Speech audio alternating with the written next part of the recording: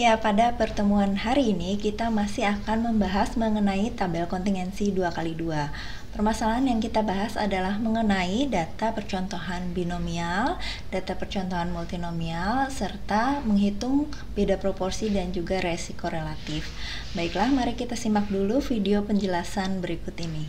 Baik, kita kali ini masih membahas mengenai tabel kontingensi 2x2. Materi ini adalah materi bagian kedua dari materi tabel kontingensi. Oke, pada materi hari ini yang akan dibahas meliputi percontohan binomial dan multinomial, beda proporsi, dan juga resiko relatif. Referensi buku yang digunakan adalah dari buku Agresti yang tercakup di bab 215 dan bab 2.2. Ya, sebelum masuk ke materi, saya mau sedikit memberikan intro mengenai observational study ya, atau studi observational. Secara garis besar ada 3 macam studi observational yang sering dilakukan ya. Yang pertama, ini namanya studi prospektif ya. Jadi kalau studi prospektif ini ya, biasanya penelitian itu dilakukan dalam beberapa jangka waktu yang cukup lama.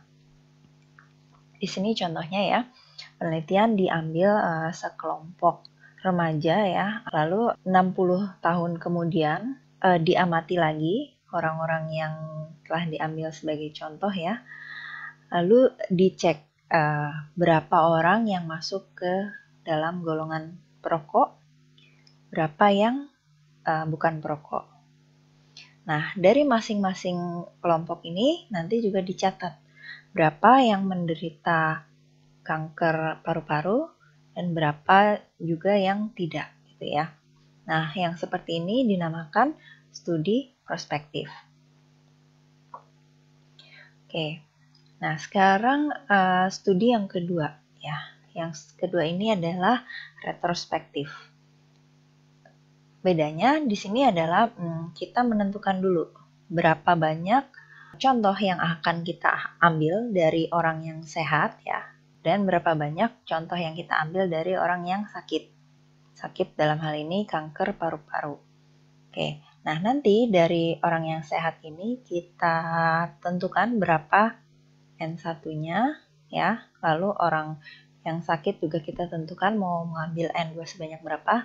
Nah, nanti dari masing-masing N1 dan N2 ini dideteksi berapa banyak dia yang perokok, berapa banyak yang bukan perokok. Oke, yang ketiga ini adalah studi cross-sectional ya, dimana kalau studi cross-sectional itu kita tentukan dulu N-nya berapa yang mau kita ambil dari semua pengamatan, baru nanti dari semua pengamatan ini kita bagi berapa yang sakit kanker, berapa yang tidak ya, dan dari masing-masing grup ini kita cek lagi berapa yang smoker, berapa yang non-smoker. Oke, kita masuk ke contoh binomial ya. Jadi sebenarnya contoh binomial ini sudah sempat dibahas di pertemuan minggu lalu ya.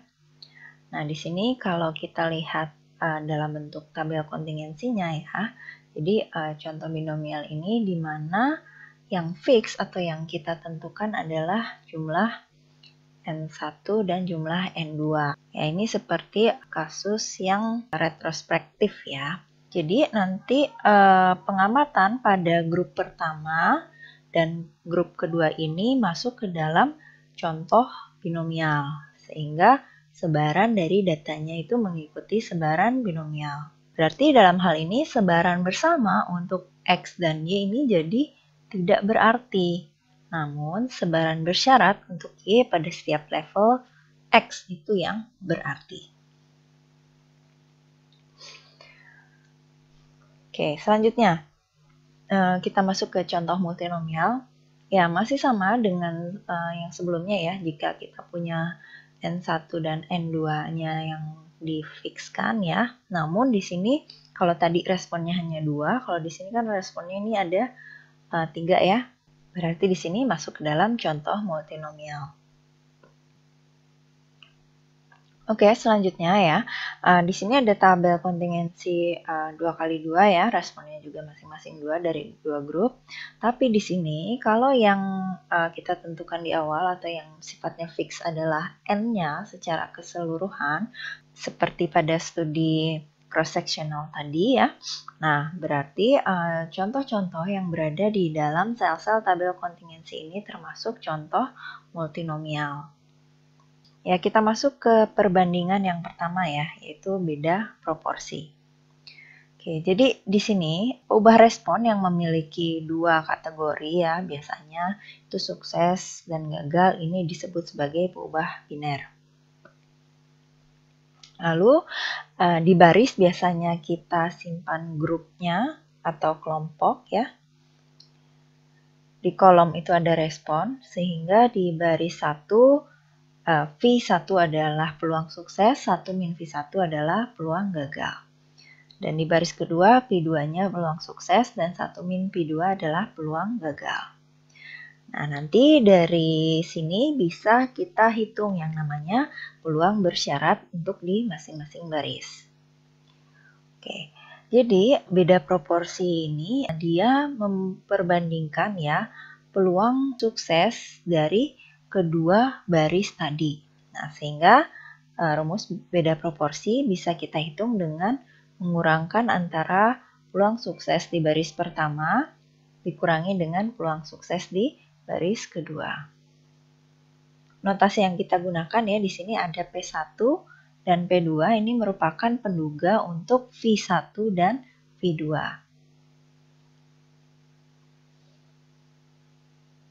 Oke, di sini kita lihat ya contoh binomial tadi. Nah, nanti simpangan baku dari P1 dikurangin P2 dapat kita hitung dengan rumus SE ini. Ya, sehingga untuk contoh besar kita dapat menggunakan selang kepercayaan Wahl. Selang kepercayaan 100 dikalikan 1 min alfa persen untuk V1 dikurangi V2 adalah dengan menggunakan rumus sebagai berikut. Nah, ini Z alfa per 2 ini nanti kita dapatkan dari tabel Z.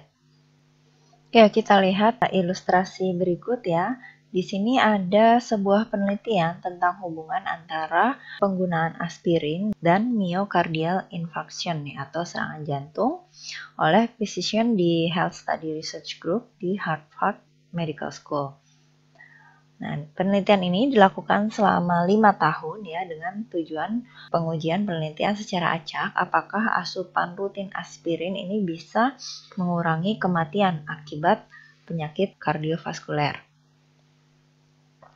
Lalu setiap hari para dokter laki-laki yang berpartisipasi dalam studi ini mengambil salah satu aspirin tablet atau placebo.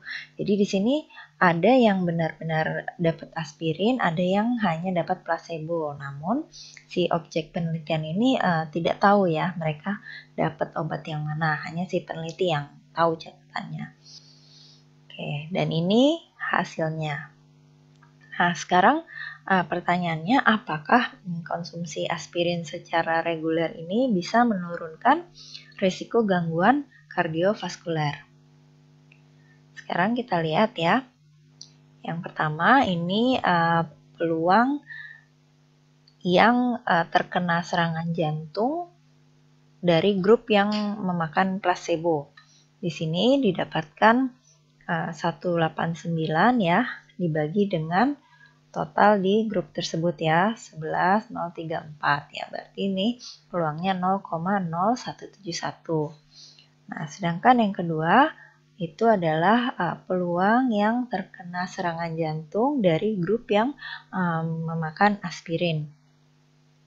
Di sini P2-nya 104 dibagi dengan 11.037, dapat 0,0094. Oke, berarti di sini diperoleh beda proporsi antara kedua grup tadi ya. Ini adalah yang P1, yang placebo, ini adalah yang P2 ya, yang mendapatkan aspirin, itu sebesar 0,0077. Nah, dugaan simpangan bakunya bisa kita cari dengan rumus SE tadi ya. Kita masukkan ini adalah tadi P1, ini 1 min P1 ya. Ini adalah P2, 1 min P2. Ya, lalu dibagi dengan N-nya masing-masing. Oke, didapat selang kepercayaan untuk selisih proporsi antara grup 1 dengan grup 2 itu yaitu di antara 0,005 sampai dengan 0,011.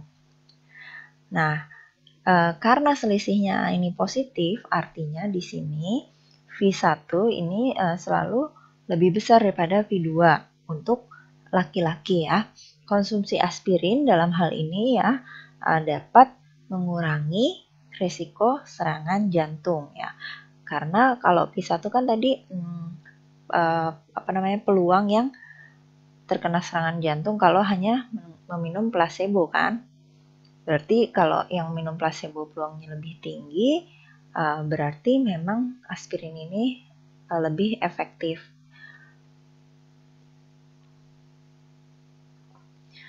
Oke, nah ada sedikit catatan yang harus kita perhatikan di sini ya.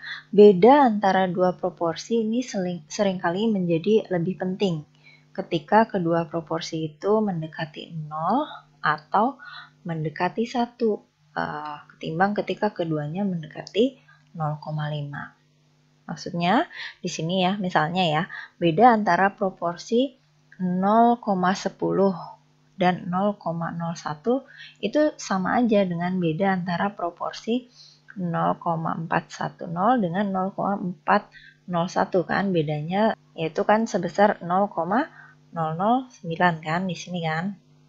Nah, tapi beda yang pertama ini lebih penting gitu karena bisa dilihat nilai antara yang 1 dan 2-nya ini jauh berbeda.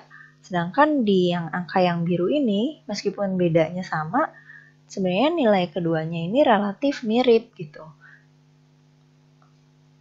Nah, pada kasus pertama ya, perbedaan ini lebih mencolok karena sebanyak 10 kali subjek yang memiliki reaksi terhadap obat yang dicobakan. Dalam kasus tersebut ya, rasio proporsi adalah ukuran deskriptif yang lebih relevan ya. Nah, lalu di sini hanya menggunakan beda proporsi untuk membandingkan kedua kelompok ini sebenarnya dapat menyesatkan bila proporsi keduanya mendekati 0. Ya, untuk mengatasi permasalahan tadi ya ada indikator lain yang bisa kita gunakan ya, yaitu di sini adalah resiko relatif. Nah, untuk tabel 2x2, resiko relatif ini adalah rasio peluang sukses dari kedua grup ya. Ya, untuk resiko relatif contohnya ini lambangnya adalah P I1 dibagi dengan P I2. Nah, di sini sebarannya ini sangat skew bentuknya ya atau sangat menceng ya dan hanya bisa didekati dengan sebaran normal jika contohnya ini sangat besar ya. Nah, selang kepercayaan untuk ukuran contoh besar ini adalah menggunakan rumus yang ini. Kita gunakan ilustrasi yang tadi ya. Apakah konsumsi aspirin ini secara reguler bisa menurunkan resiko gangguan kardiovaskuler? Oke, nah sekarang kita gunakan relative risk ya untuk membandingkan proporsi sukses ya atau proporsi yang terkena serangan jantung di kedua grup tadi. Nah ini hitungannya sama dengan yang tadi ya, tapi kalau tadi diselisihkan atau dikurangi, kalau sekarang ini kita bagi ya.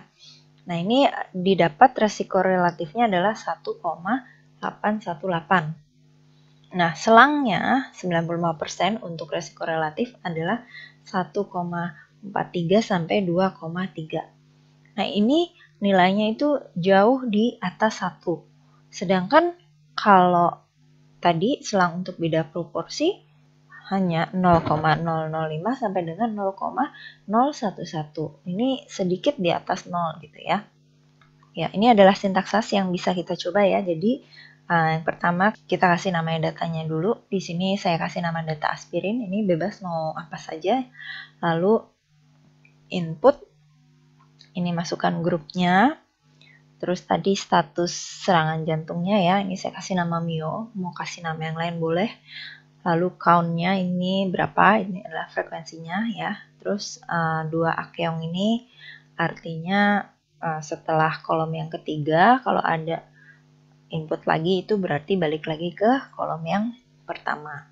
Ya, lalu setelah itu titik koma kita masuk ke procfrag.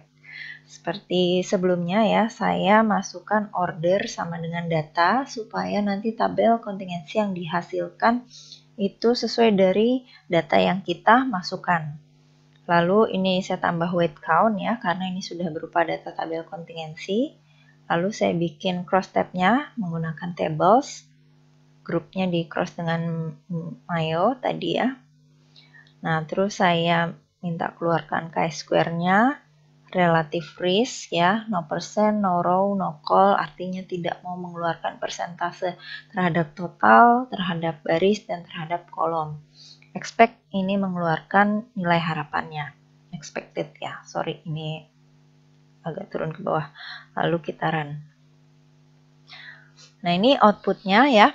Outputnya ini adalah tabel frekuensinya. Lalu yang kedua ini adalah uji chi-square-nya ya. Kalau mau dilihat di sini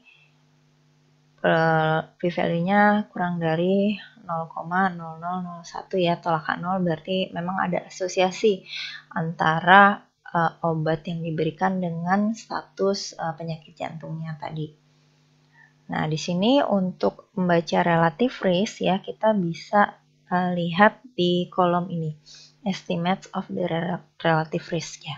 Ini kan ada dua nih, call 1 dengan call 2 ya.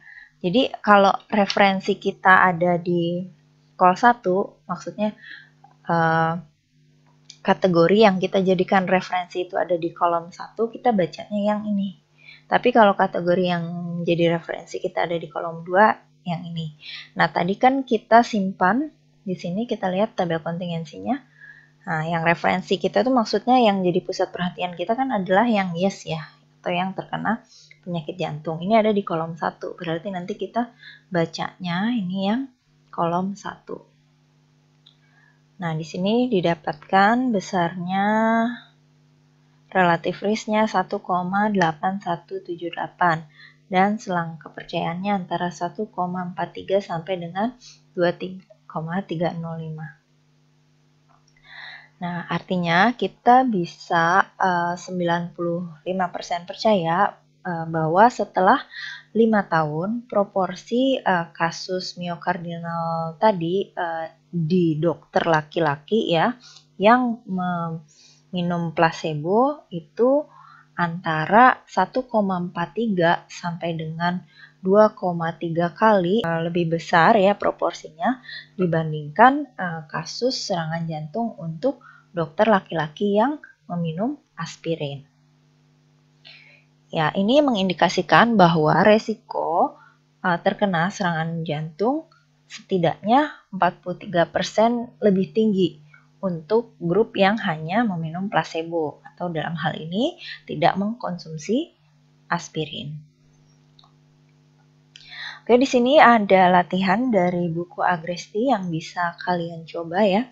Di sini saya kopikan beberapa, nomor 2.5 dan 2.6. Ini bisa kalian coba ya.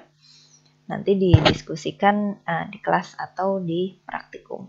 Ya, jadi tadi kita telah belajar mengenai perbandingan beberapa nilai dari proporsi pada data tabel kontingensi 2x2. Ya, tadi yang kita pelajari adalah mengenai beda proporsi dan juga resiko relatif. Nah, untuk beberapa pertemuan minggu depan masih akan dibahas mengenai beberapa indikator yang bisa kita gunakan untuk membandingkan proporsi pada tabel kontingensi dengan pembahasan yang lebih menarik tentunya. Baiklah, saya akhiri dulu untuk perkuliahan hari ini. Sampai jumpa.